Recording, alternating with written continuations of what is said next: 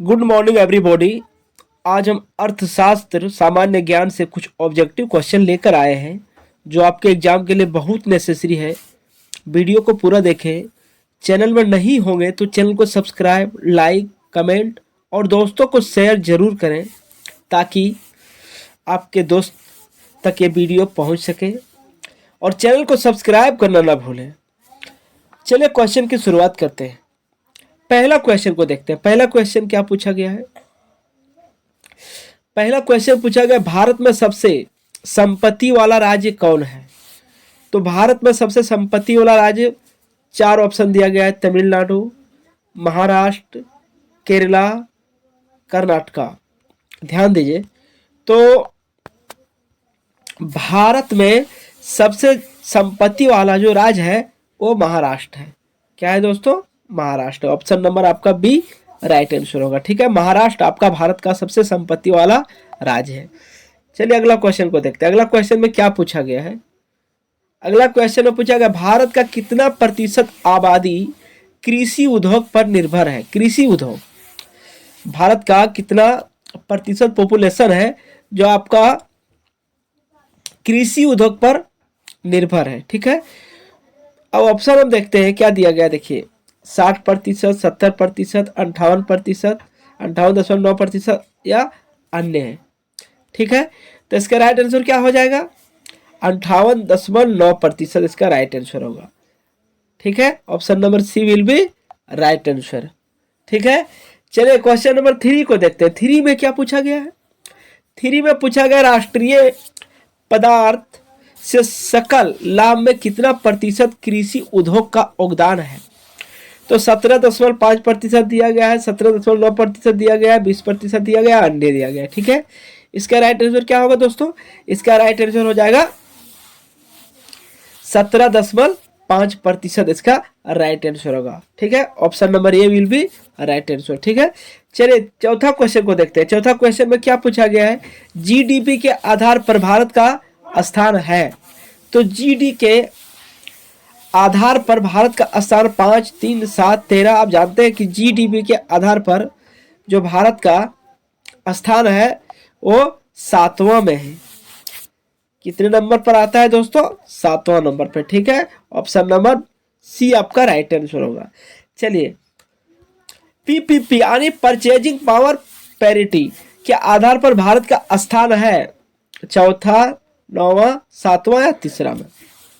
ठीक है, अब देखिए, पीपीपी के आधार पर भारत का जो स्थान है वो आपका क्या वहां पे है? तीसरा में है। क्या वहां पे है दोस्तों? तीसरा में। इसका राइट आंसर क्या हो जाएगा? तीसरा हो जाएगा। ठीक है, चलिए अगला क्वेश्चन को देखते हैं। अगला क्वेश्चन में क्या पूछा गया है? क्वेश्चन नंबर 6 में, क्वेश्चन नंबर 6 में पूछा गया, जीडीपी पर कैपिटा के आधार पर सबसे पहले स्थान पर कौन सा देश है? लग्जमबर्ग है, संयुक्त राज्य अमेरिका दिया गया है, कतर दिया गया है या अन्य दिया गया है। ठीक है, इसका राइट आंसर क्या होगा? इसका राइट आंसर क्या हो जाएगा? कतर हो जाएगा। क्या होगा? कतर होगा। ऑप्शन नंबर सी विल भी आपका राइट आंसर। चलिए 7 नंबर का क्वेश्चन देखते हैं। 7 नंबर पूछा गया, भारत में उच्चतम मानव विकास सूचकांक HDI किस राज्य में है? ठीक है, गुजरात में है, केरल में है, तमिलनाडु या महाराष्ट्र में है। ठीक है, इसका राइट आंसर क्या हो जाएगा दोस्तों? इसका राइट आंसर केरल हो जाएगा। क्या हो जाएगा? केरल हो जाएगा। ऑप्शन नंबर बी आपका राइट आंसर होगा। ठीक है, चलिए 8वां को देखते हैं। 8वां में क्या पूछा गया है?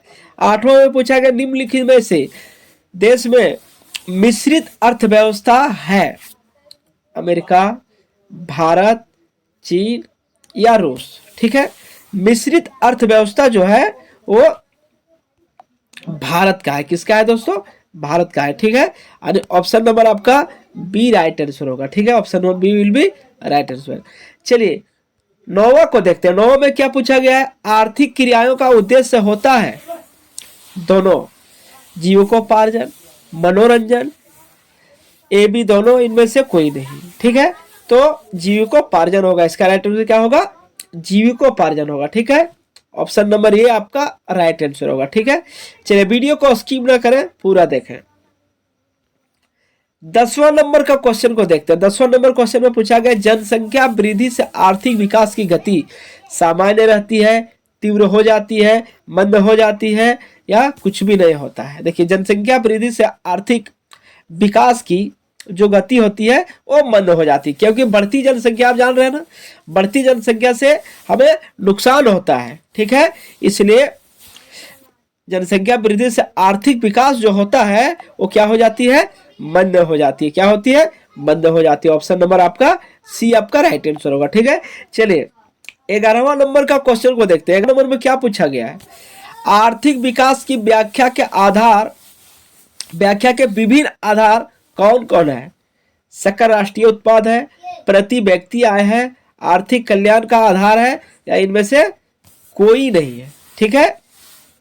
देखिए, आप जानते हैं कि आर्थिक विकास की व्याख्या के विभिन्न आधार कौन है, तो इनमें से कोई नहीं है, ठीक है। सकल राष्ट्रीय उत्पाद भी नहीं है, प्रति व्यक्ति आय भी नहीं, आर्थिक कल्याण का आधार भी नहीं है, ठीक है। इसलिए इसका राइट आंसर क्या हो जाएगा, option number D will be right answer होगा।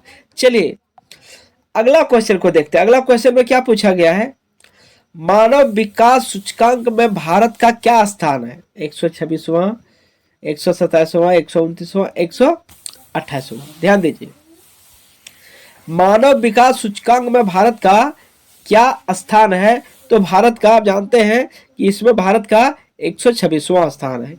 क्या वहां है दोस्तों, 126वां स्थान है, ठीक है। चलिए 13वां नंबर का क्वेश्चन को देखते हैं। 13वां नंबर क्वेश्चन में पूछा गया है, पहला मानव विकास सूचकांक किस अर्थशास्त्री ने तैयार किया था। प्रो अमर्त्य सेन ने, महबूब उल हक ने, डॉक्टर मनमोहन सिंह ने, इनमें से कोई नहीं, ठीक है।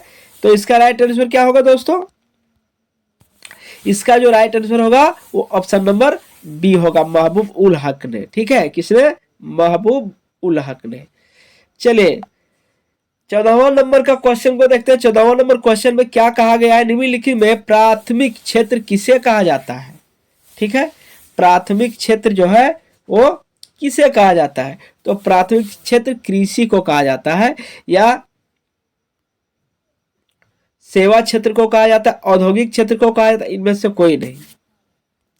तो आप जानते हैं कि प्राथमिक क्षेत्र निम्नलिखित में से इसमें जो प्राथमिक क्षेत्र होता है उसको कृषि क्षेत्र को कहा जाता है। किसको कहा जाता है, कृषि क्षेत्र को कहा जाता है। ऑप्शन नंबर ए आपका राइट आंसर होगा। चलिए अगला क्वेश्चन को देखते हैं, लास्ट क्वेश्चन को देखते हैं, ठीक है।